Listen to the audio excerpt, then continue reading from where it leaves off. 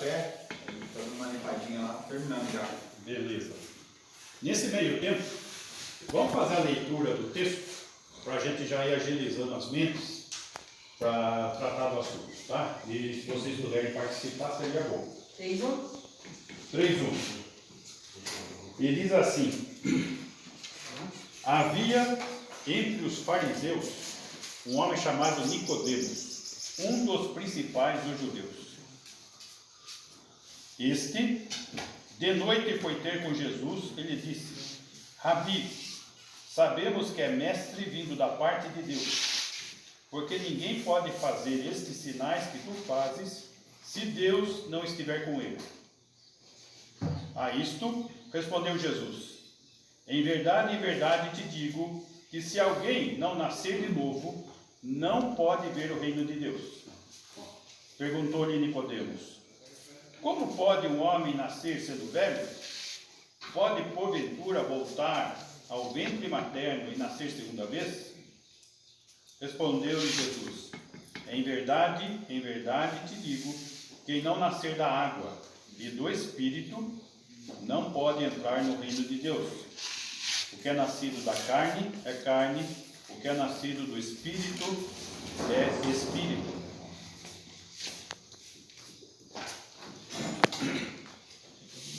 Agora chegaram todos?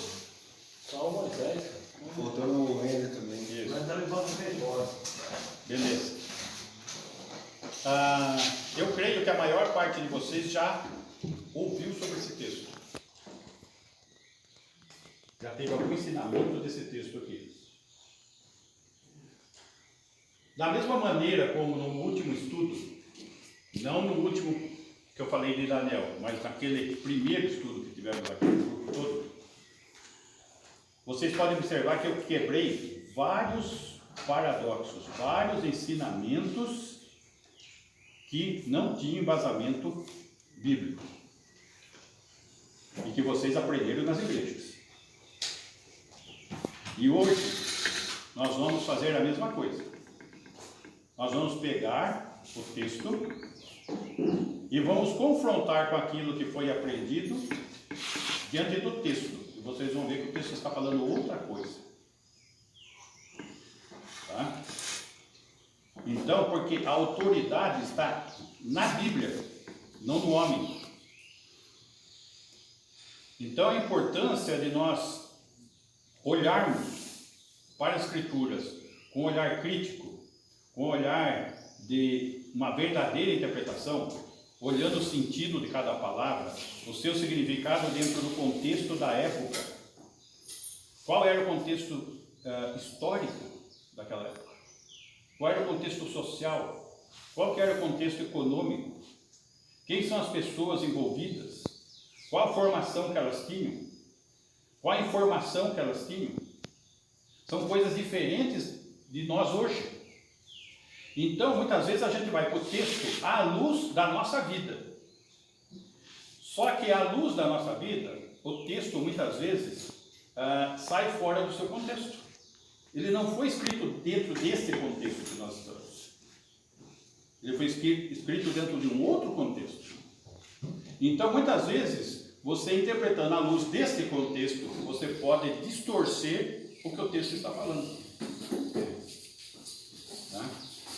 Então, para que a gente não tenha nenhuma má compreensão do que de fato o texto está falando, nós vamos trabalhar com ele dentro do contexto que ele foi escrito.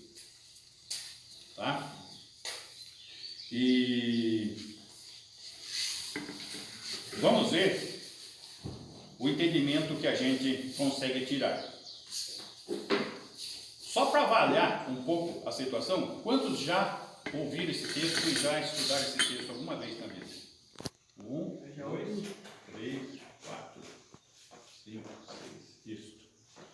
À luz do que vocês ouviram e aprenderam, fale um pouquinho do entendimento de vocês. Eu quero saber o que eu estou lidando. Começa aqui. Então, esse texto para mim é interpretado como um novo nascimento. Jesus estava querendo dizer que o homem precisa nascer de novo do Espírito, ou seja, o Espírito de Deus, uma nova atitude, uma nova caminhada, ou seja, deixar o que fazia e ser uma nova pessoa. Que a minha interpretação é que a gente preguei em cima disso aqui, falando sobre um novo nascimento, que ele queria dizer, ou seja, uma mudança de vida, uma mudança de rotina, que Nicodemos ainda... É isso que eu entendo. Bom. Quem mais ali atrás? Pra cá? Quem mais tinha falado? Fala, amigo. Eu acho que é quase parecido com o que o irmão disse sobre esse nascimento, esse nascer espiritualmente, né? A partir do momento que você começa a conhecer Jesus, você aceita Ele como seu Senhor e Salvador, não sei se seria isso mesmo, mas, na verdade, quando você crê que Jesus é o Filho de Deus, como a gente leu no texto a última vez lá, né? João 1:12, né? Isso. Você entende isso, você nasce de Deus, então você precisa começar a aprender novas atitudes, você precisa começar a gatinhar, né? Aí é onde você nasce de Deus, né? Um nascer espiritual. Certo. Oi?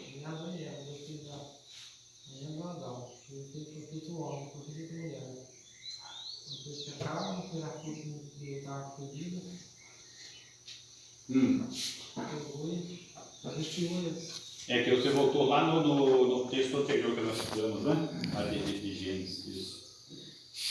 Mas fala sobre o novo nascimento. Tá ok. Tá bem. Então nós vamos começar a trabalhar o texto dentro do seu contexto para tirarmos o que de fato estava sendo dito aqui. Ok? O que vocês colocaram está correto. Tá? Só que nós vamos trabalhar alguns detalhes aqui que vocês vão perceber que muito do que se pensa sobre o texto não é exatamente o que está correto. Pastor, Bem? só repete para os que não vieram o versículo. João 3. João 3. João 3, tá? João 3. Tá bem. Antes de começarmos, vamos ter uma palavra de oração, ok? Você pode orar? Posso? Pode. Senhor nosso Deus e Pai, graças te damos, Senhor, por mais desta oportunidade de estar na Tua presença para aprender um pouco mais da Sua palavra, ó Pai. Agradecidos pelo esse tempo maravilhoso, por esta chuva que o Senhor nos presenteou, que o Senhor, ó Pai, seja a razão da nossa vida, Pai. Dê-nos discernimento, dê-nos conhecimento desta palavra, que essa palavra seja alimento para nosso caminhar, Pai. Seja com cada um de nós e que esse tempo seja um tempo abençoado, Pai. É em nome de Jesus que eu agradeço e oro. Amém. Muito bem. Vamos lá para o texto então. Versículo 1. Havia entre os fariseus um homem chamado Nicodemos, um dos principais dos judeus. O que é um fariseu? A gente ouve tanto esse termo, né? Normalmente de maneira crítica, né? O fariseu, né? Porque Jesus chamou a atenção dos fariseus pela hipocrisia deles. Então daí a ideia de fariseu como hipócrita, tá? Mas a questão é o seguinte: o termo fariseu é uma ala do judaísmo. E a ala mais religiosa do judaísmo. Então, aí que torna mais sério ainda a crítica de Jesus. Os mais religiosos da época eram hipócritas. Será que os religiosos de hoje são diferentes? Não. O que é hipocrisia? A palavra hipócrita, ela vem do grego. Na Grécia, naquele tempo, tinha os teatros públicos abertos nas praças e tinha toda aquela encenação. Eu não sei se vocês já viram em teatro, em filme, coisa assim, encenação de teatro, que eles pegam uma máscara e põem na frente do rosto. Uma máscara às vezes chorando, às vezes rindo. O nome daquela máscara chama hipócrita. Por quê? Não é o rosto da pessoa, ele está forjando algo que ele não é. essa maneira de ser aparente, que não condiz com a verdade e realidade que está atrás da máscara, que veio o termo hipócrita. É a máscara. Tá? Havia entre os fariseus um homem chamado Nicodemos. Muito bem, fariseu.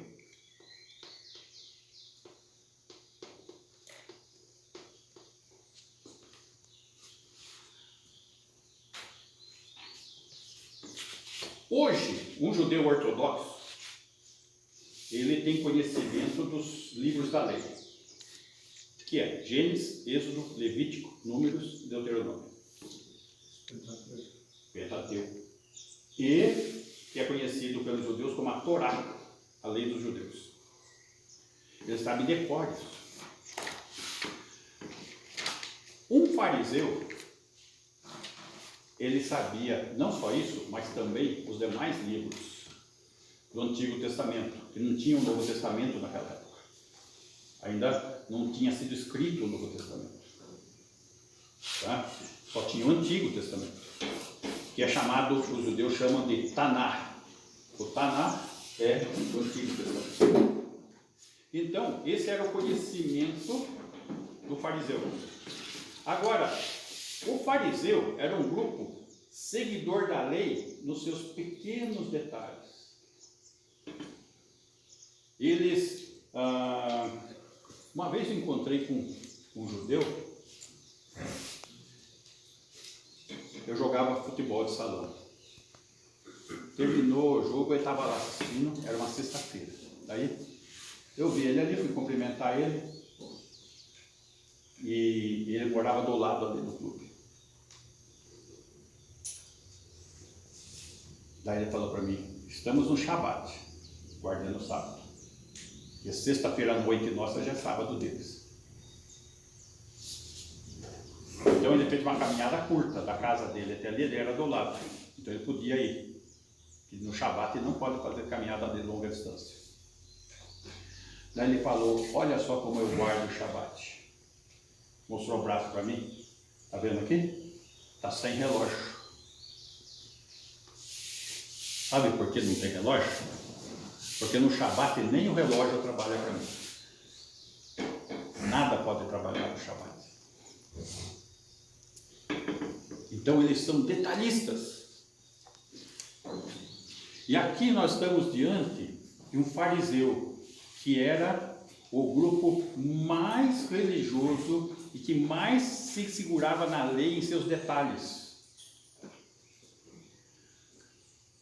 Na época de Cristo, existiam cerca de 6.000 fariseus. 6.000 fariseus. E havia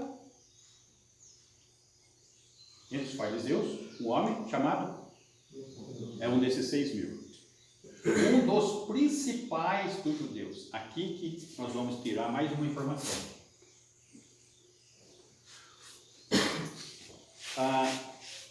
A nação de Israel nessa época estava debaixo do Império Romano e tinha um grupo que se reportava ao Império Romano, uma liderança que se chamava Sinédrio.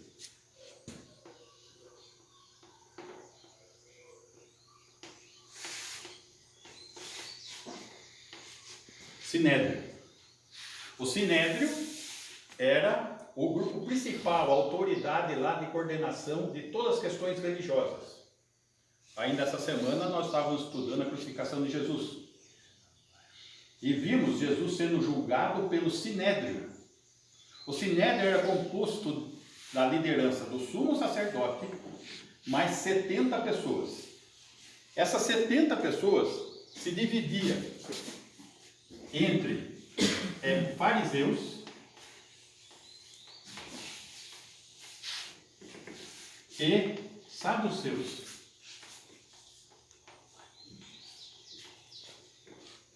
Fariseus e saduceus. Então, deveria ser 35 fariseus, 35 saduceus e a liderança do sumo sacerdote.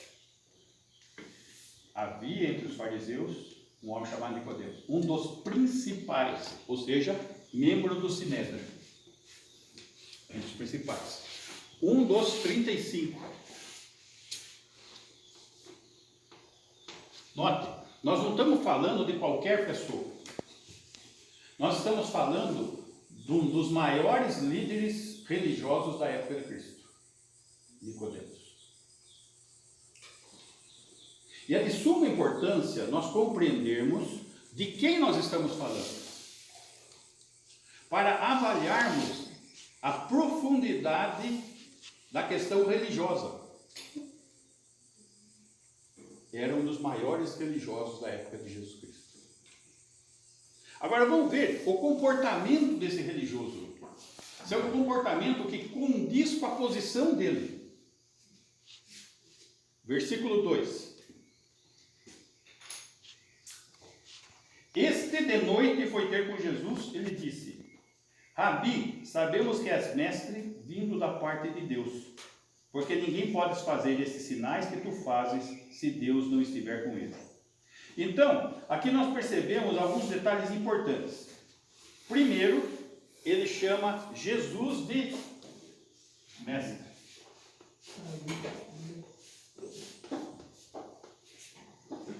Ou seja, rabino. Um detalhe.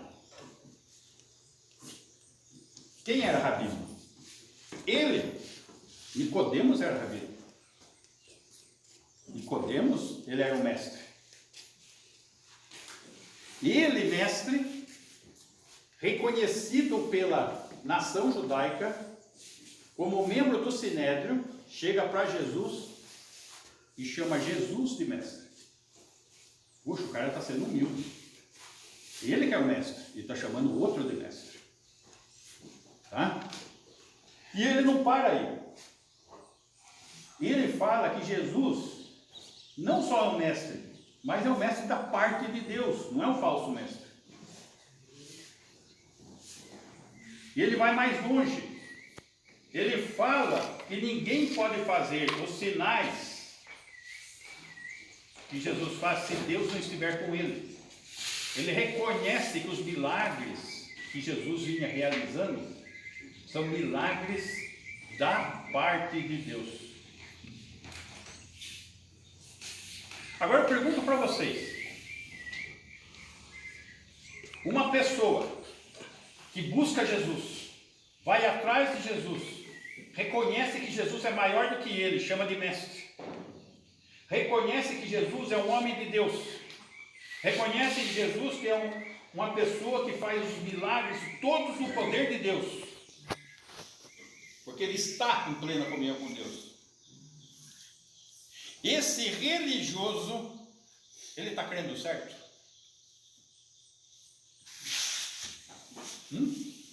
Tá. Uma pessoa que tem essa postura diante de Jesus é uma pessoa de fé? Essa pessoa, sendo uma pessoa de fé, ela está salva? Não. Aí que está a questão, o versículo 3. Vamos ver o que Jesus fala a esse respeito.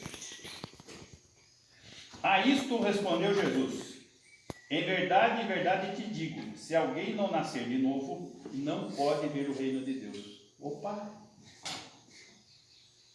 Um religioso desse naipe, com essa posição, não é nascido de novo. Não é nascido de novo. Aqui fica várias questões para a gente pensar. Por que você acha que você é nascido de novo? Você tem a mesma postura do Nicodemos, a atitude do Nicodemos? Se você não tem tido, aí a coisa começa a ficar duvidosa. Porque o Nicodemos, que tem toda essa atitude, não é nascido de novo.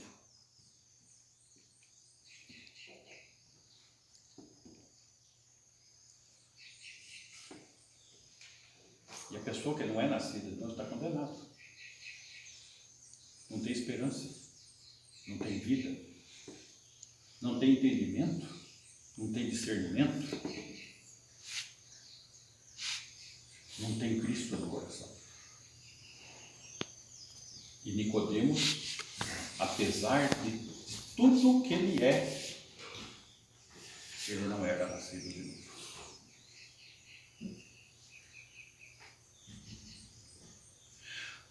Como que eu sei que eu devo ser nascido de novo? Aonde que está a resposta? Lá em Romanos fala assim: o Espírito de Deus testifica com o nosso Espírito que somos filhos de Deus. Quem vai dar essa certeza para nós? É Deus, pelo seu Espírito. Ele vai dar essa convicção. Ele vai trazer essa paz no seu coração. Se você verdadeiramente entregou.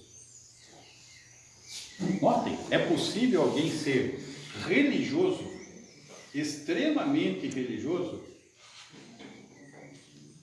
e não ser nascido de novo. Será que Nicodemos tinha conhecimento bíblico? Ou, senão ele não ia estar à posição de mestre. Qual que era a função dele? Coordenar os trabalhos da sinagoga. A leitura dos rolos da lei, as orações, o ensino, estava tudo na mão dele. E ele não era nascido de novo. Então, a primeira coisa que nós temos que observar é isso. Será que eu sou nascido de novo? Segunda coisa, religião não salva. Religião não faz nascer de novo. Ele é religioso, praticante, líder, e não era nascido de novo. Então, aqui nós estamos visualizando algumas coisas, já que está derrubando alguns parâmetros. Primeiro que as pessoas, em sua maioria, têm uma concepção que se ela for religiosa, ela lê a Bíblia todo dia, ela ora, ela vai na igreja, ela está salva. Não necessariamente. Se isso não for fruto do novo nascimento. Mas aí pode-se dizer que a salvação, no caso, pode se dar pelos meus frutos também? Não, os frutos vão demonstrar se você é ou não é. Você não é salvo pelos frutos. Os frutos comprovam o meu novo nascimento. Apesar que você não tinha como visualizar no Nicodemos isso. Não. Porque você olhar a vida dele e o que ele falava, não tinha como detectar isso. Tem até uma frase que eles falam: eu não faço boas obras para ser salvo, eu faço boas obras porque eu sou salvo. Sim. Então, sim, então quer dizer que pelos frutos também pode ver que o novo nascimento está sendo gerado, né? Mais ou menos, porque o Nicodemos, você podia olhar os frutos dele e você não ia conseguir ver isso. Entendi. Por isso que é importante visualizar a vida do Nicodemos. Não é o único parâmetro, está entendendo? Muito bem. Agora, o que será que Nicodemos entendia sobre o novo nascimento? Porque ele falou aqui, né? Versículo 4, né? Isso, vamos lá. O 4. Perguntou-lhe Nicodemos: como pode um homem nascer sendo velho? Ou seja, ele não estava entendendo isso. Meus amigos, no primeiro estudo que nós fizemos, nós estudamos sobre novo nascimento. E muitos de vocês ouviram pela primeira vez uma compreensão exata do que é novo nascimento. Um mestre não sabia. Como pode um homem sendo velho nascer de novo? Ele está entendendo de que maneira? Se nós formos olhar no contexto nosso de hoje, como espírita. Reencarnação. Só que a Bíblia diz que ao homem está determinado morrer uma só vez. Depois disso, o juízo. Não tem esse negócio de morrendo, nascendo, não tem isso também. Não tem. Então, Notem como mesmo um mestre pode não compreender questões básicas, o alicerce da fé. Caiu a internet. Como pode o homem, sendo velho, nascer de novo? Pode, porventura, voltar ao ventre materno e nascer segunda vez? Lógico que não. Não é possível isso. Caiu. Não está acontecendo isso. Não vai acontecer isso. Agora, nós vamos chegar diante do versículo mais polêmico. Em verdade vos digo, Jesus falando, quem não nascer da água e do Espírito não pode entrar no reino de Deus. É necessário nascer da água.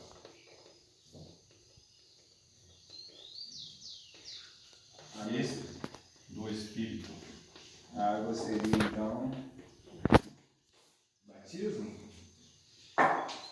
Esse versículo. Errado, né? Tá? Ainda na terça-feira à noite, um senhor chegou para mim e falou: olha, meu netinho foi batizado.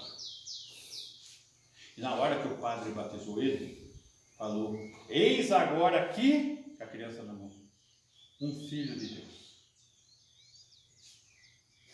Se tornou um filho de Deus porque foi batizado.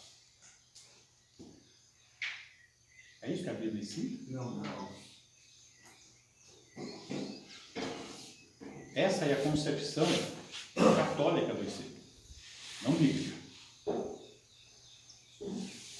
Vamos lembrar que nós estamos no maior país católico do mundo.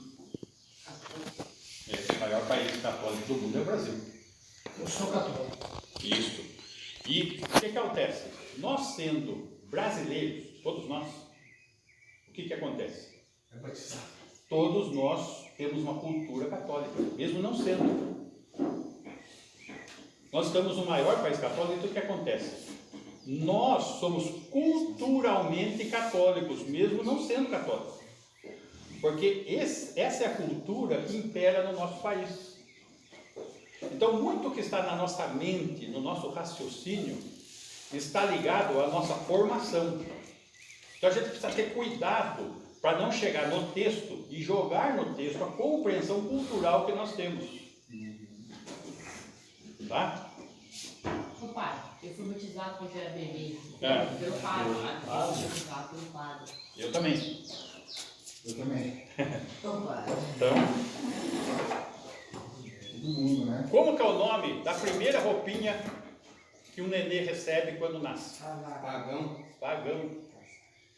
O nome da roupa chama pagãozinho. Por quê? Porque de acordo com o dogma católico, aquela criança ainda é pagão. Ele só vai deixar de ser pagão depois que for batizado. Tá?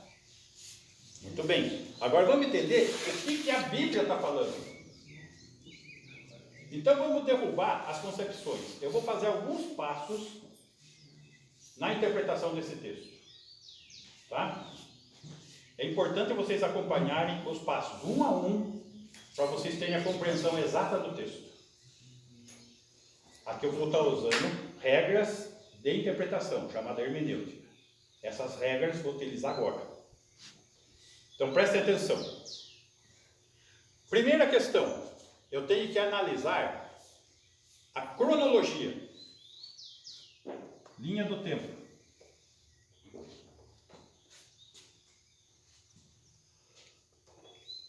A cruz de Cristo. João, capítulo 3, que nós estamos lendo agora, ele está antes da cruz ou depois da cruz? Antes. Antes da cruz. Então João 3 está aqui. João 3. Correto? Qual é a raça de Jesus? Raça? Judeu. Judeu. Qual é a religião de Jesus? Judaísmo? Judaísmo. Que é isso? É a religião dos fariseus. Judaísmo. Ok? Jesus era um judeu praticante do judaísmo.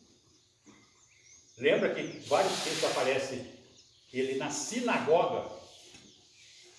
Onde é a sinagoga? Onde os judeus se reúnem. Tá?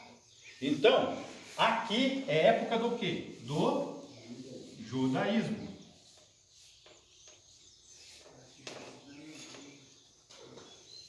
E o cristianismo? Depois da cruz, Pentecostes, descida do Espírito Santo, nascimento da igreja. Igreja.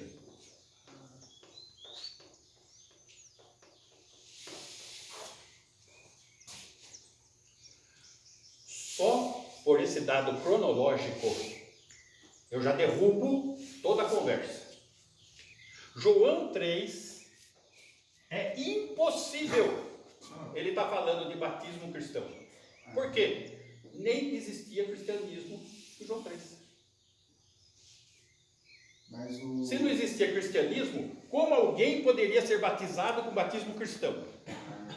Mas o batismo que já existia do João Batista? É o batismo judaico, que é o batismo do reino. O que foi prometido para Abraão? Uma terra, que é a Palestina, uma nação, que é Israel, e bênção para esta nação em Israel, aonde essa nação, Israel, vai ser cabeça das nações, e não cauda, e só vai estar em cima e não embaixo. E o pessoal pega esse texto e fala que é igreja, é um absurdo, porque isso faz parte da Torá judaica.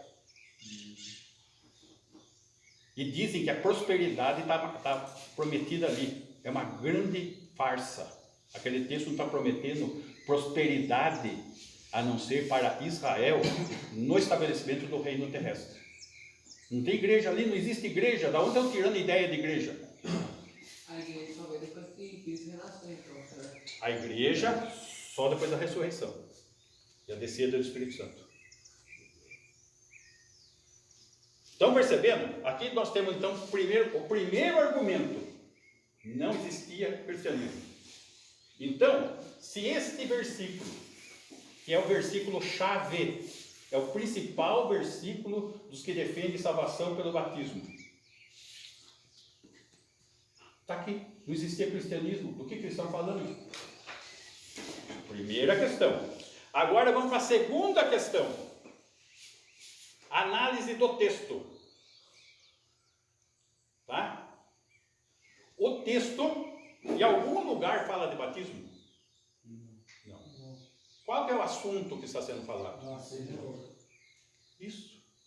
O assunto em questão é novo nascimento, não é batismo.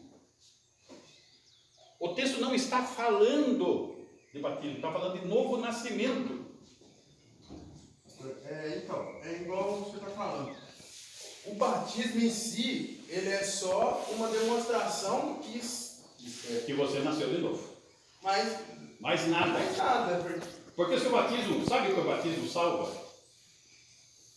O batismo é o seguinte: você batiza, vai na igreja, faz caridade e vai para o inferno. Molhado. Infelizmente. Porque batismo não salva. É igual a religião, a religião tem aprisionado pessoas e pessoas pensando que as suas obras de feito. Exatamente. Não existe. Exatamente. Que foi o que eu expliquei da última vez para vocês. Da última vez, o que eu falei? Se o pecado, olha a linha de raciocínio, se o pecado foi a desobediência, o contrário é obediência. E se obedece como? Batiza, vai na igreja e faz caridade. E vai para o inferno. Agora, por que essa sequência aqui? Porque essa sequência que é ensinada nas igrejas. Não é o que está escrito. O que está escrito é que o pecado foi a incredulidade. A consequência dessa incredulidade foi a desobediência. O contrário de incredulidade é crer, fé. Isso a Bíblia fala, que o homem é salvo pela fé. E se ele crê, ele obedece. Aqui, ele nasce de novo.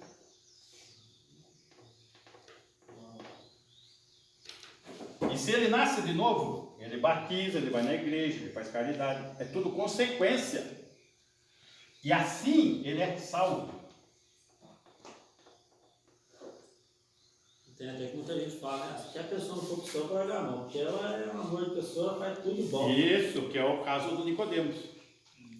Poxa, quem pode falar que esse homem não é salvo? Jesus falou, ele não é. Precisa nascer de novo.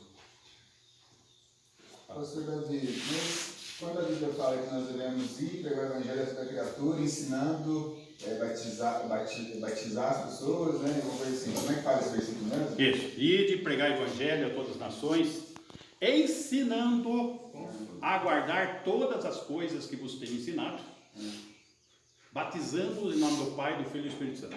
Mas esse versículo então não é uma base para você dizer que se a pessoa não se batizar, ela não é salva? Não. Não, ele só é um ensinamento para ensinar a pessoa Não, a nós temos que lembrar que batismo é uma ordenança, não é um meio de salvação. Ah, tá. Tá? Então uma pessoa pode ser salva sem se batizar, sem esse batismo? Com certeza. Certeza? Tá. A certeza que me dá as Escrituras. Uma das poucas pessoas que nós temos certeza que foi salva foi o ladrão na cruz. E não era batizado. Não foi batizado, não foi na igreja, não fez caridade. Apenas é fé. Só deu tempo dele ter fé. Só creu, né? Só creu. Creu. Porque ele não tinha mérito nenhum. Estava lá porque merecia.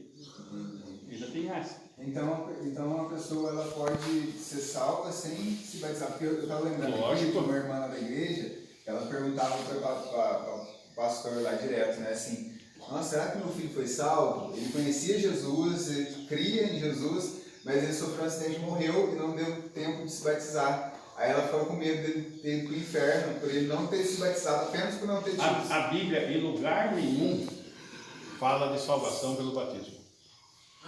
O único texto que o pessoal fala, e porque não está lendo direito, aquele que crer e for batizado. Gente, tem uma conjunção. E crer e for batizado. É o crer. Tem uma conjunção. E. Está entendendo? Então, isso não está colocando as coisas num único ato. Crer, depois batismo. Agora, se o espaço entre um e outro não ocorreu, o batismo não determinou nada. Pastor, igual assim, né? Se a pessoa for ali, vou batizar, eu vou batizar e você é salvo. Pelo meu batismo, eu não preciso crer. Mas é isso que as pessoas fazem. É isso que tem acontecido hoje. Que é a religiosidade. Está entendendo? É isso. Estão observando? Notem, aqui já usamos dois argumentos. Um argumento cronológico, dentro do contexto da época, tá? Qual era a religião da época, qual era a raça de Jesus, aonde Jesus ensinava e quando nasceu a igreja. Por aqui a gente visualiza cronologicamente, historicamente, que isso daí não é possível. Depois nós olhamos a questão da análise do texto. Uma análise do assunto principal. Qual é o assunto principal? Novo nascimento, não é batismo. Sequer tem a palavra batismo no texto. E o que significa então essa água? Isso. Agora é a terceira análise que nós vamos fazer. Chama-se análise léxico-sintática. O que é uma análise léxico-sintática? Uma análise léxico-sintática é quando você vai analisar o significado de cada palavra. O que significa aquela palavra? Já é uma análise mais profunda, que você tem que recorrer ao texto gramatical original, que é grego. Ok? Então vamos fazer isso agora.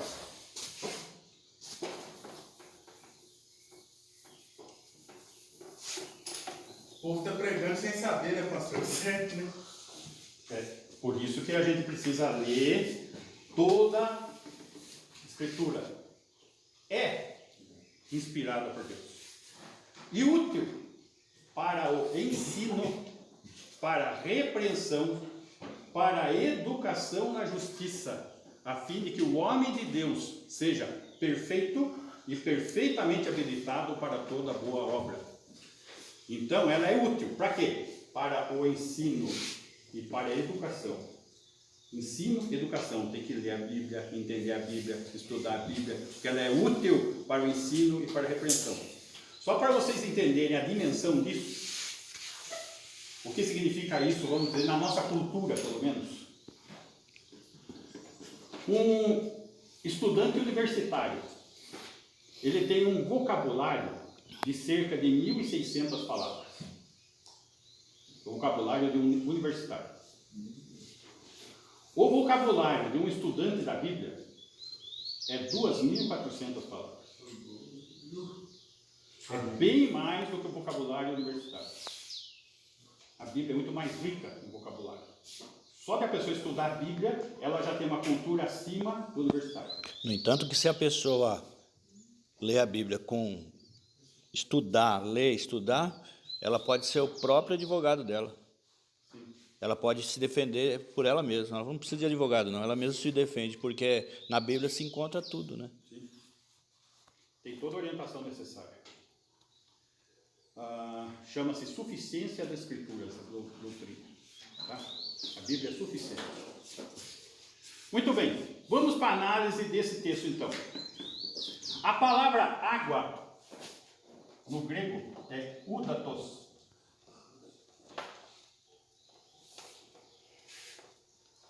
E a palavra espírito é pneumatos.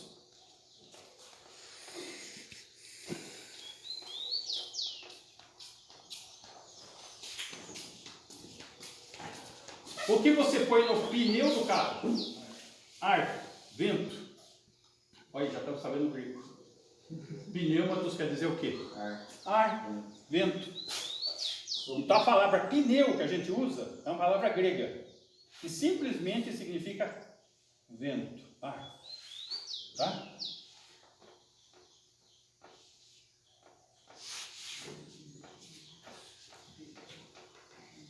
Agora, se pneu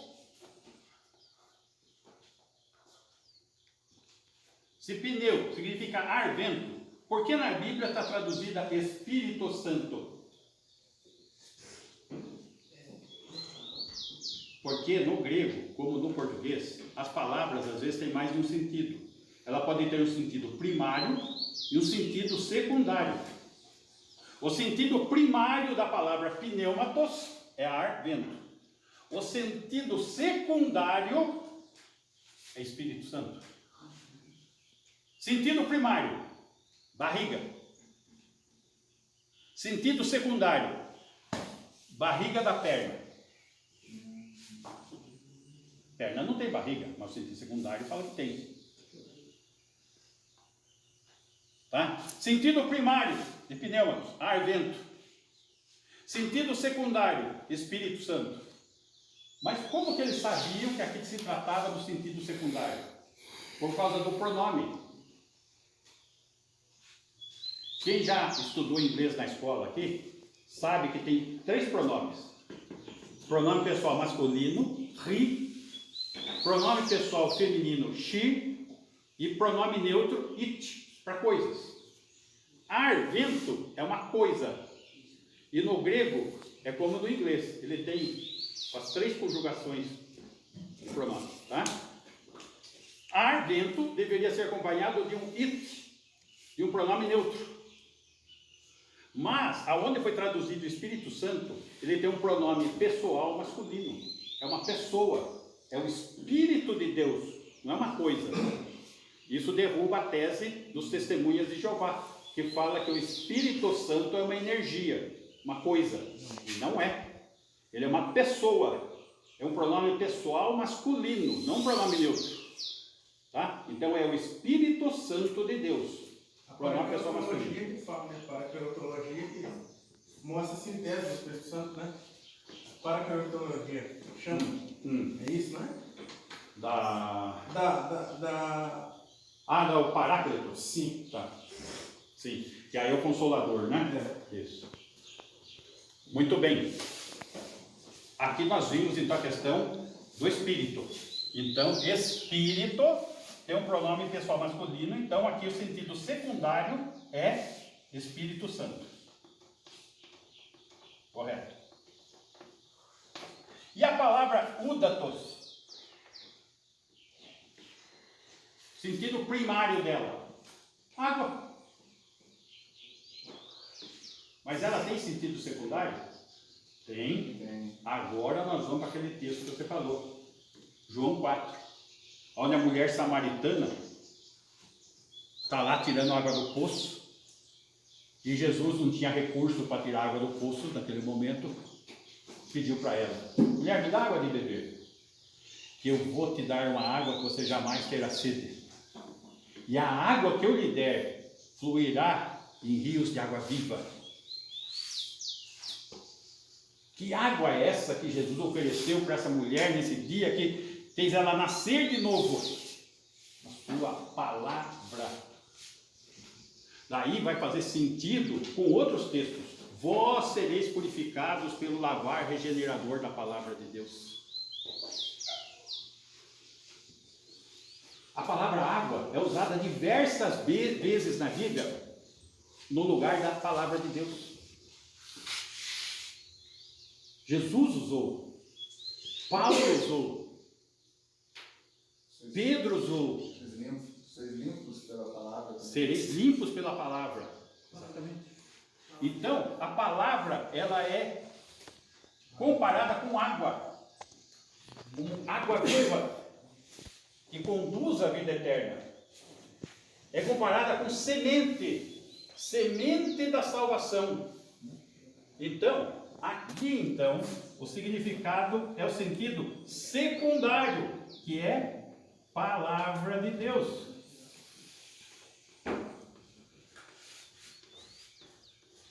Então, a palavra de Deus, mas o Espírito Santo vai promover o quê? Nascer de novo. Mas como que eu sei disso? Olha o versículo 6.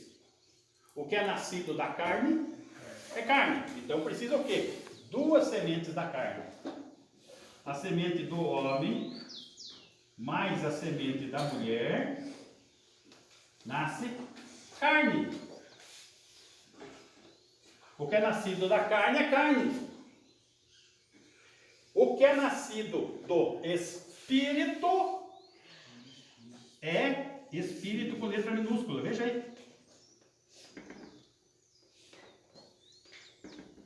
O que é nascido do Espírito com letra maiúscula é Espírito com letra minúscula. Por que com letra minúscula? Porque a letra minúscula está falando do Espírito do homem. Lembra no estudo anterior, aquele primeiro? O que tinha morrido? O Espírito. O que precisava nascer de novo? O Espírito. O que está nascendo de novo aqui? O Espírito do homem. Através do quê? Do agir do Espírito Santo. E qual a comparação? 2 sementes. O que é nascido da carne é carne. O que é nascido do Espírito é Espírito. E quais são as 2 sementes espirituais que a Bíblia apresenta? A palavra e o Espírito. A fé vem pelo ouvir da palavra. Efésios, capítulo 1, versículo 13.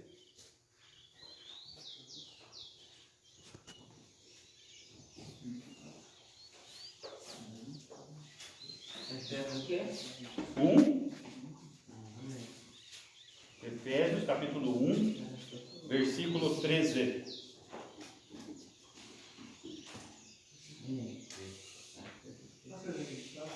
Ele já bate, ele vai dar na água. Queria bater tudo. Veja só. Aí, você está lembrando lá do texto de Mateus 3, que está falando que João Batista estava pregando que viria aquele que ia batizar com água e com fogo. Muito bem. A Bíblia não fala de 2 vindas de Jesus? A primeira vinda como servo e a segunda vinda como juiz, como rei? Muito bem. A primeira vinda, ele veio como servo. E nós somos batizados pela palavra e pela água, confirmando a aceitação dessa palavra. O Espírito Santo. Só que a segunda vinda dele, ele vai batizar com fogo. Que ele vem julgar. Então está falando de duas vindas ali na verdade. E o pessoal interpreta errado esse texto. Eles falam de batismo de fogo. Não está falando de batismo. Tem um batismo de fogo ali sim, de juízo, não de bênção. Tá? É a segunda vinda, onde ele separa a palha e joga no fogo. É a implantação do reino. E no reino dele não entra ímpio nem incrédulo. Tá? Por isso que daí ele vai separar os cabritos das ovelhas. Vai entrar no reino. Aqui na terra. Que é a terra que ele prometeu para Israel. Tá? E a terra de Israel começa no rio Eufrates, lá em cima, e vem até o rio do Egito, aqui embaixo. Todo esse território chama-se Palestina. E é o reino prometido para Israel. Está lá em Gênesis capítulo 15. Tá? Depois a gente vai estudar um pouco alguns aspectos pontuar alguns aspectos de doutrina, para a gente entender isso. E isso que eu estou falando para você agora, é difícil entender numa única palavra. Tá? Eu preciso demonstrar os textos para vocês compreenderem. Porque você compreendendo essa doutrina, você vai derrubar 90% das doutrinas cristãs existentes no mundo hoje. Derruba todas elas. Só com esse argumento. Tá? Mas vamos trabalhar o texto aí. Então, Efésios. Observa só. Versículo 13. Em quem também vós quem? Os nascidos de novo da igreja de Éfeso, tá? Depois que ouvistes a palavra da verdade, depois que ouviu o quê? Palavra da verdade. Que é a água. O que da palavra da verdade? O evangelho da salvação. E tendo nele também crido, creu, nasceu de novo, fostes selados com o Santo Espírito da promessa. Quando creu, no momento que nasceu de novo. E por que a igreja recebe esse Espírito selando? Por causa do versículo 14. O qual Espírito é o penhor da nossa herança. É o penhor, a garantia da nossa herança. Qual é a herança? A vida eterna. Até ao resgate da sua propriedade. No arrebatamento, quando ele vier buscar a sua propriedade, a igreja, para o louvor da glória dele. Notem, está tudo aqui. Tudo aqui. Nascer da palavra, nascer do Espírito. Agora, se o que eu estou falando para vocês é verdade, lembra que eu estou fazendo uma análise léxico-sintática. Eu estou analisando o significado da palavra, no grego. Então essa palavra no grego, ela tem que significar semente também, se o argumento é semente. Se duas sementes da carne geram carne, duas sementes espirituais geram nascimento espiritual. Mas na Bíblia fala que existe semente espiritual? Fala. 1 João 3,9. Finzinho da Bíblia, um pouquinho antes do Apocalipse. Pelos comunidades de Judas. Isso. Depois a gente trabalha Pedro.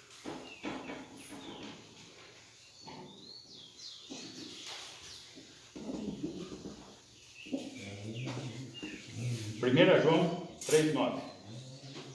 Nesse texto, nós vamos provar que o Espírito Santo é uma semente.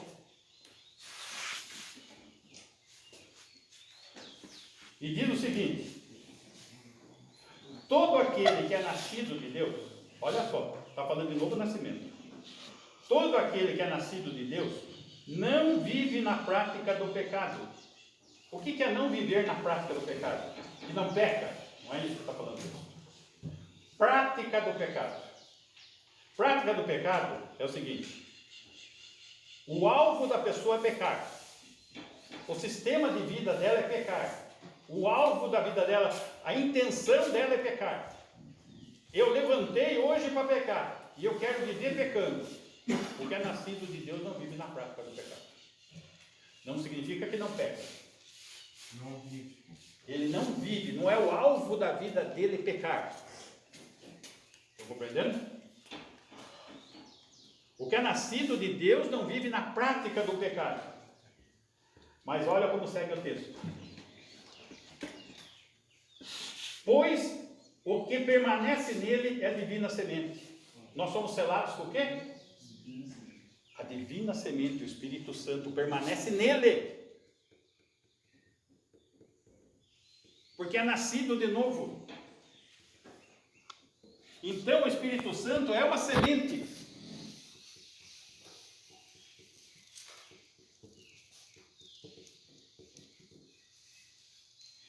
Ora, esse não pode viver pecando. Por quê? Porque é nascido de Deus. Lembra que eu falei dos filhos de Deus e os filhos do diabo? Está aqui, ó, versículo 10. Nisto são manifestos os filhos de Deus e os filhos do diabo.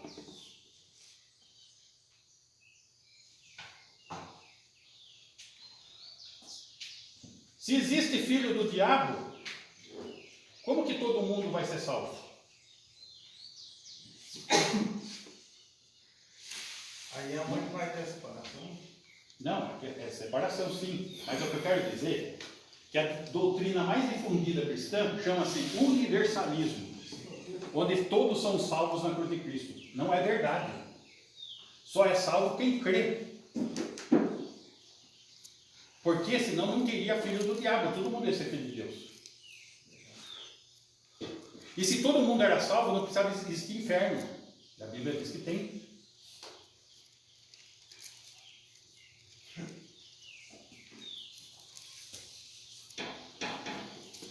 Muito bem, volta um pouquinho, 1 Pedro, capítulo 1, versículo 23, 1 Pedro 1, 23, agora eu vou mostrar a outra semente, a palavra de Deus, são duas sementes, e são só essas duas sementes que salvam. O pessoal tenta criar outros meios de salvação, não existe. É a palavra do Espírito Santo. É a palavra do Espírito Santo. A palavra é a semente. E o Espírito Santo é quem fertiliza essa semente. Em convenção do pecado. Isso. Tanto que a palavra utilizada para a semente é espermate. Onde vem espermatozoide. Tá? Então, o Espírito Santo fertiliza essa palavra. Por isso a importância de ir e pregar o Evangelho. Exatamente. Ah, mas a pessoa não tem mais jeito. A pessoa está perdida. Não tem. Não tem perdido. Não tem perdido. Divina semente pode salvar. Quem vai trabalhar não é você, é o Espírito Santo de Deus. Você vai plantar a semente, você vai falar. É o que o pastor Davi está fazendo, está vindo fazer, plantando a semente. Aí quem vai trabalhar em vocês é o Espírito Santo de Deus, não é o Davi. Fala, Apolo planta, e quem dá o crescimento é o Espírito. Ué. Que vai germinar, né? Germinar e crescer. Germinar e crescer. Muito bem. Lá, 1 Pedro 1, 23. Pois fostes regenerados, regenerado, ou nascido de novo.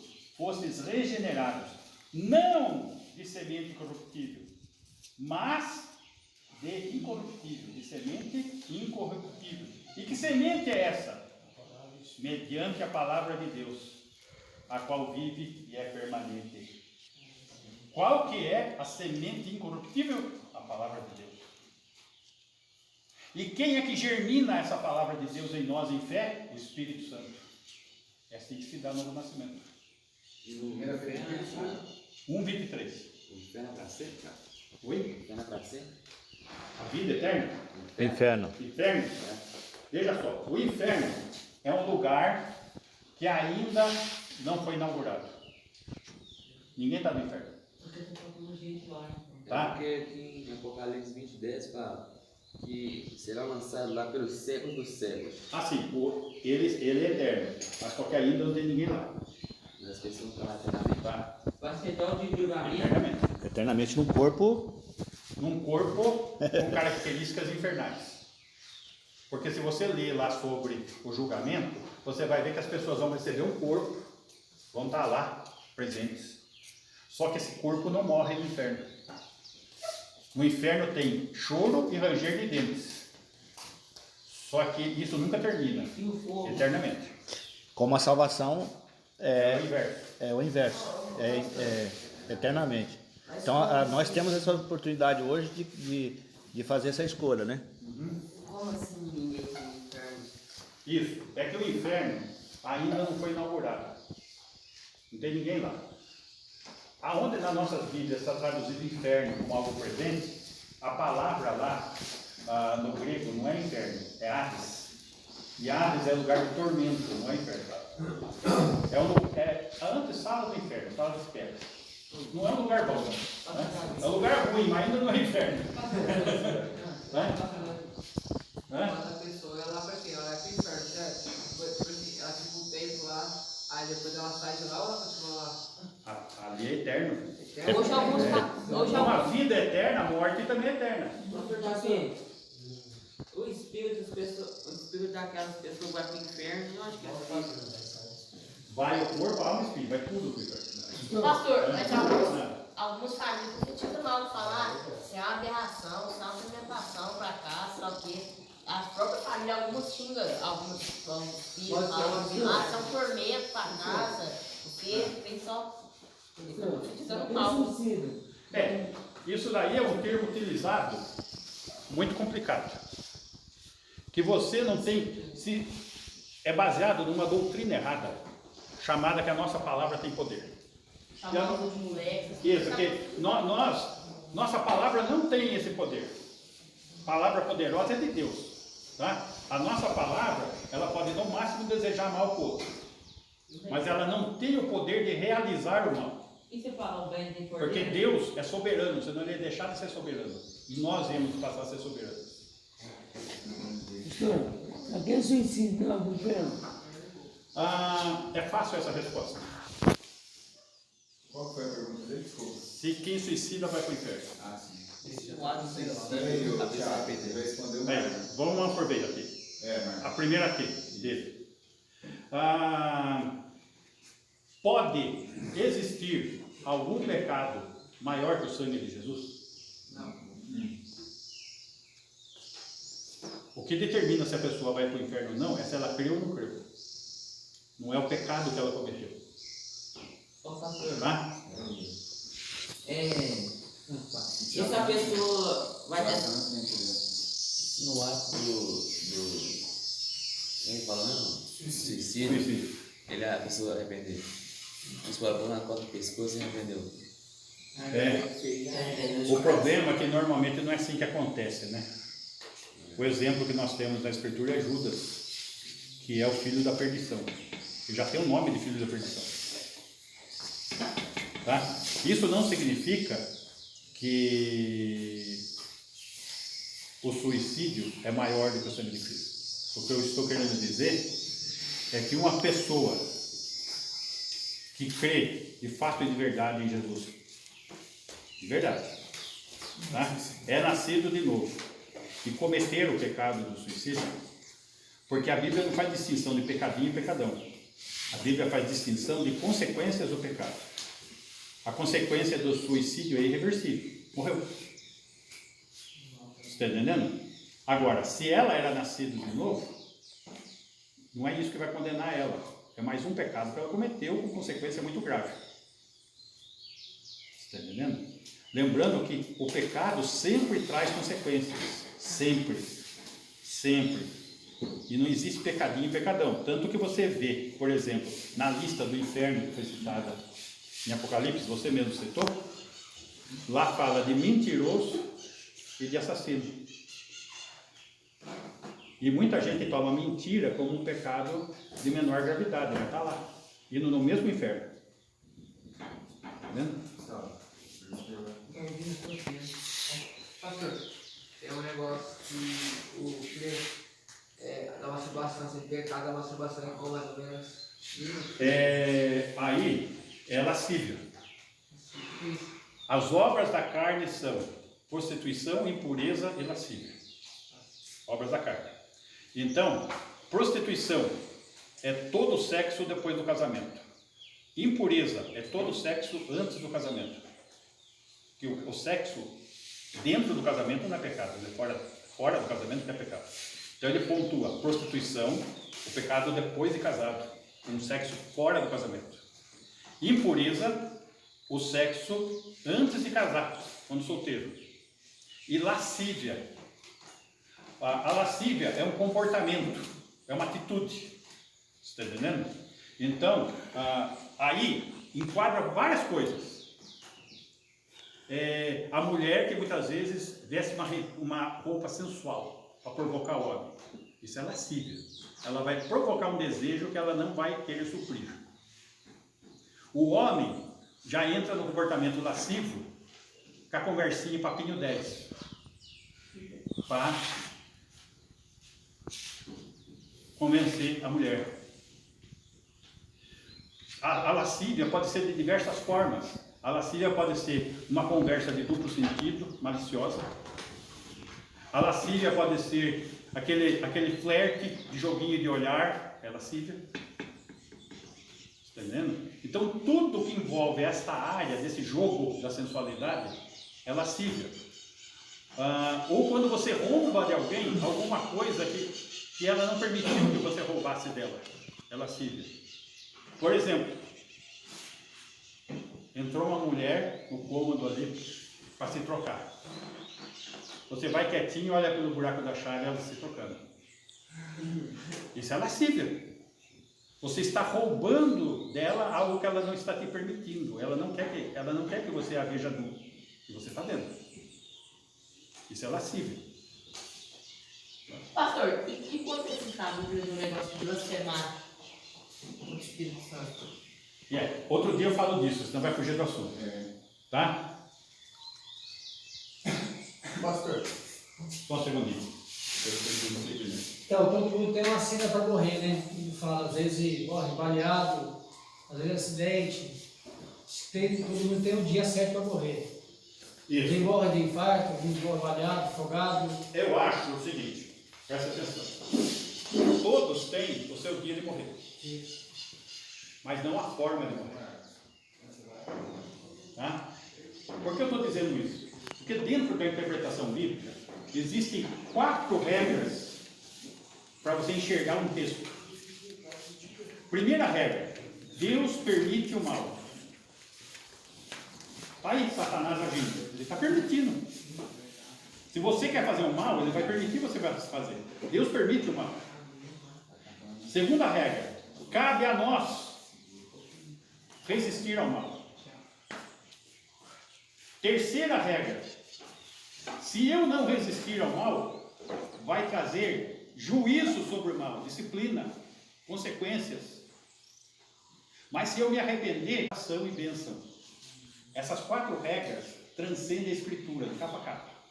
Então, para você fazer uma interpretação correta dos textos bíblicos, você tem que enxergar esses 4 níveis de ação de Deus. Deus permite o mal.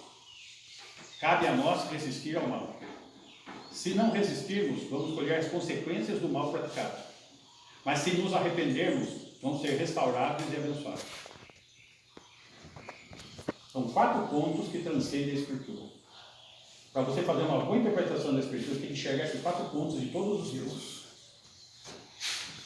Ok? Você ia fazer uma pergunta? Eu ia fazer uma pergunta sobre o seguinte. A Bíblia, eu vi, nem sei conhecimento, e eu vejo também várias pessoas pregando sobre... Tem comunhão com Deus, isso é positivo. Agora, você também pode trabalhar isso com o conceito da lei. E o conceito da lei, muitas vezes, é a lei criada pelo homem, tá vendo? Tem muita igreja que coloca leizinhas para o homem. Então, o que pode cantar, o que não pode cantar, o que pode fazer, o que não pode fazer, o que pode vestir, o que não pode vestir, o que pode falar, o que não pode falar.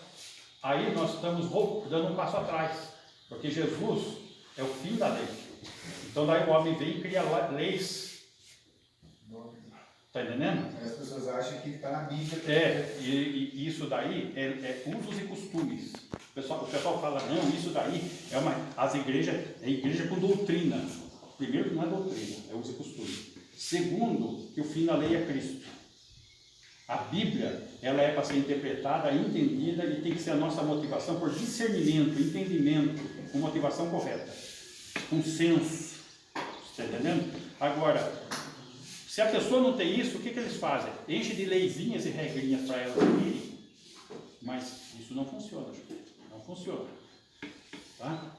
O que funciona é a pessoa crescer espiritualmente e discernir o que deve ser feito com bom senso. Pastor Davi, então uma frase que fala assim, todas as coisas são lícitas, mas todas as coisas me convêm.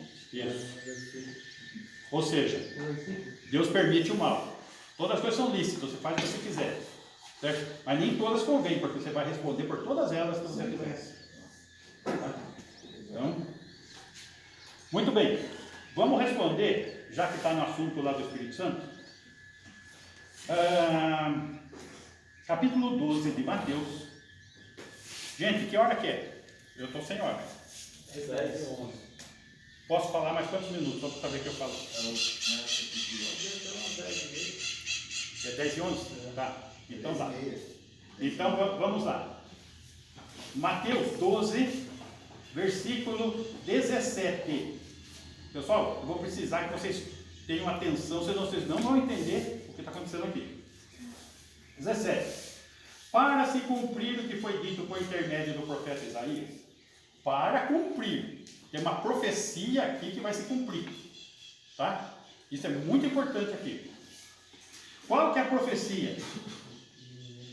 Eis o meu servo que escolhi, o meu amado em quem a minha alma se compraz. O que vai acontecer? Farei repousar sobre ele o meu espírito e ele anunciará juízo aos gentios. O que ele vai fazer acontecer aqui? Fará repousar sobre ele o quê? O espírito. E nesse momento está cumprindo a profecia de Isaías, que vai repousar sobre Jesus o espírito. Agora vamos ver o que está acontecendo. Versículo 22. Então lhe trouxeram o endemoniado, cego e mudo, e ele o curou, passando o mudo a falar e a ver. E toda a multidão se admirava e dizia: é este porventura o filho de Davi? Olha só. Trouxeram o demônio, surdo e mudo. Para expulsar um demônio, você tem que saber o nome dele. Agora, se o cidadão é surdo e mudo, como que sabe o nome do demônio? Ué, ninguém expulsava o demônio desse cara. Daí chega Jesus e expulsa o demônio. Isso causou admiração, porque ninguém tinha conseguido expelir aquele demônio lá, porque não havia meio de comunicação. Daí qual a pergunta que eles fazem? Será esse o filho de Davi? Ele está jogando isso lá para 2 Samuel, capítulo 7, quando Deus promete para Davi que dele nasceria o filho que ia ter um trono eterno, para sempre. Por isso que Jesus é chamado filho de Davi. Porque Deus prometeu para Davi que o filho de Davi ia ter um trono eterno para sempre. E Jesus é da genealogia de Davi. Tá? Então, qual a pergunta que eles estão fazendo? 1000 anos depois. É este o filho de Davi? Tá? É esse aqui que tinha sido prometido lá? Agora que está cumprindo, é ele? Essa é a pergunta que eles estão fazendo. É uma pergunta judaica, gente. Foi prometido por judeus isso. E o cenário aqui é judaico. Mateus é cenário judaico. É antes da cruz, para cá, como eu mostrei para vocês na cronologia. É esse o filho de Davi? Está se cumprindo? Aí, as autoridades, os sacerdotes presentes, os líderes religiosos, entram no jogo. Versículo 24. Mas os fariseus, olha eles aqui, ouvindo isto murmuravam: este não espere demônios, senão pelo poder de Beelzebul, maioral dos demônios. Entendam, esse é o pecado contra o Espírito Santo que está sendo citado. E isso que está ocorrendo não tem como repetir. Como não tem como repetir? Existe uma profecia dada por Isaías 740 anos antes. Uma profecia dada por Davi 1000 anos antes, por Samuel sobre Davi. E chega naquele momento que tudo está se cumprindo com a ação do Espírito Santo naquele momento, e o que eles falam? É Deus é burro, é o diabo, não é o Espírito Santo. Isso não tem como repetir, gente.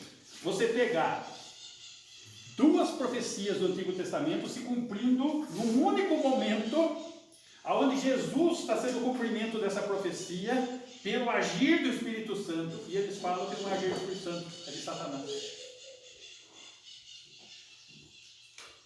Tanto isso é verdadeiro, que em seguida ele vai falar que esta geração vai ser julgada.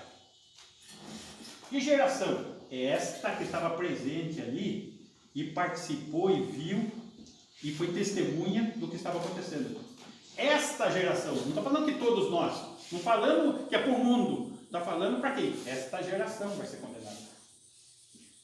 Por quê? Porque blasfemou contra o Espírito Santo, falando que era Satanás. Porque não tem como repetir essa situação. Jesus em pessoa, duas profecias se cumprindo naquele momento, onde Jesus ia realizar um milagre messiânico, provando que ele é o Messias de Israel naquele momento, o filho de Davi, e a ação de Deus nele como filho de Deus. Tudo se cumpria naquele momento, é Deus é burro. Isso não tem como repetir, gente, não tem como. Essa situação não tem como repetir. E o texto ainda é claro com relação ao juízo. Esta geração, não fala que é para todo mundo, esta que participou. Tá? Explicado? Então, não existe essa blasfêmia contra o Espírito Santo, não tem pecado, né? Hoje, dessa maneira não. Tá. Dessa maneira não. Hoje, o que nós poderíamos chamar mais próximo disso, não seria uma blasfêmia contra o Espírito Santo.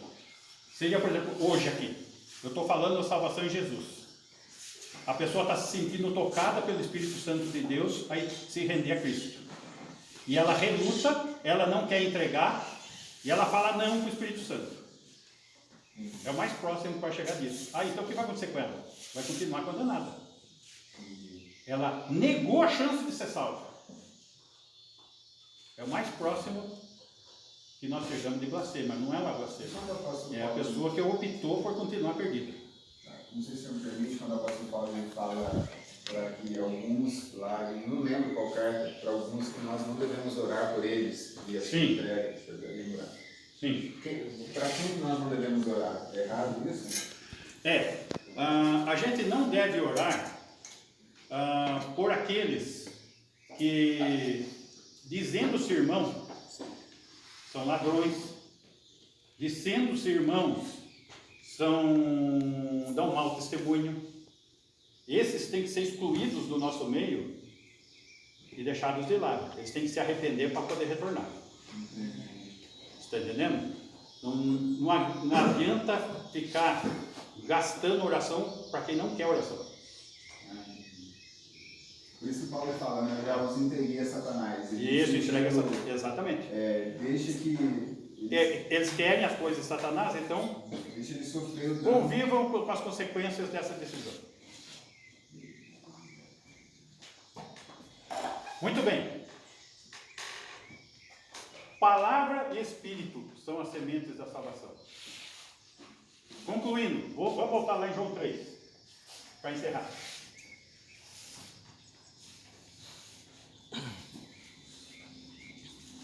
Versículo 10. João 3,10. E Jesus chama a atenção de Nicodemos, e eu diria que está chamando até a nossa atenção hoje. Tu és mestre em Israel e não compreendes essas coisas? Nicodemos, você não entende que é novo nascimento? Você que é mestre, não sabe disso? Daí, o entendimento correto agora, do versículo 16, versículo mais conhecido. Deus amou o mundo de tal maneira que deu seu Filho unigênito, único gerado pelo Espírito Santo, para que todo o que nele crê não pereça. Todo, não todos, todo indivíduo que nele crê não pereça, mas tenha a vida eterna. 18. Quem nele crê não é julgado, não vai para o juízo. O que não crê já está julgado, está condenado, vai receber a pena lá na frente, porquanto não crê no nome do unigênito Filho de Deus. 36. Por isso, quem crê no Filho tem a vida eterna. O que todavia se mantém rebelde contra o Filho não verá a vida, mas sobre ele permanece a ira de Deus. Quem crê no Filho tem vida.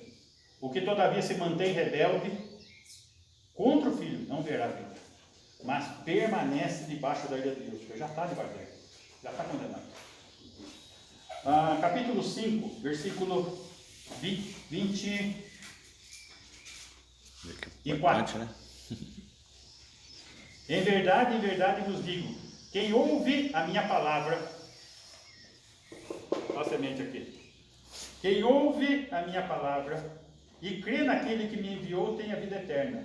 Não entra em juízo, não vai ser condenado, não vai ser lançado no inferno, mas passou da morte para a vida. Eu falei para vocês daquele versículo, desventurado homem que sou, ele me livrará do corpo dessa morte? Romanos, não. Então quero encerrar com esse versículo. O apóstolo Paulo escreveu isso, capítulo 7, versículo 24.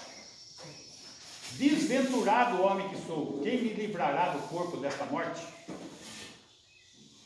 Carta aos Romanos, contexto da época, Roma. Qual era a lei romana para assassino na época de Cristo? Assassino na época de Cristo era o seguinte: pegava o cadáver, que é a vítima, amarrava o cadáver no assassino. O cadáver ia ficando bonitinho, né? Ia ficando verde, estufando, enchendo de bicho. Ia matar o assassino por contaminação pelo corpo que ele matou. Amarrado. Amarrava nele o defunto. E o defunto ia apodrecer, encher de bicho, grudado no cara. Tá? E o apóstolo Paulo, ele está comparando a nossa condição espiritual a essa condição do assassino. Desventurado homem que sou, quem me livrará do corpo dessa morte? Ele tinha acabado de falar que o salário do pecado é a morte. Então o que ele está querendo dizer? Que ele está amarrado à morte, ele está condenado, é só questão de tempo, ele está condenado. Mas só que ele conclui assim: mas graças a Cristo Jesus, que livra do corpo da morte. O homem está condenado judicialmente ao inferno. Só Jesus pode tirar a pena judicial de condenação. O perdão, quando nós cremos, é perdão judicial. Nós estávamos judicialmente condenados à morte e ao inferno. E a pena do pecado é tirada de sobre nós. Esse é o efeito do nascer de novo. E até hoje não está por barato. Pena de condenação eterna. Como se estivesse preso a um cadáver. É disso que nós somos libertos quando cremos em Jesus. Estão compreendendo? É disso que somos libertos. Que Deus nos ajude e que o Espírito Santo nos convença para a glória de Jesus. Amém. Amém?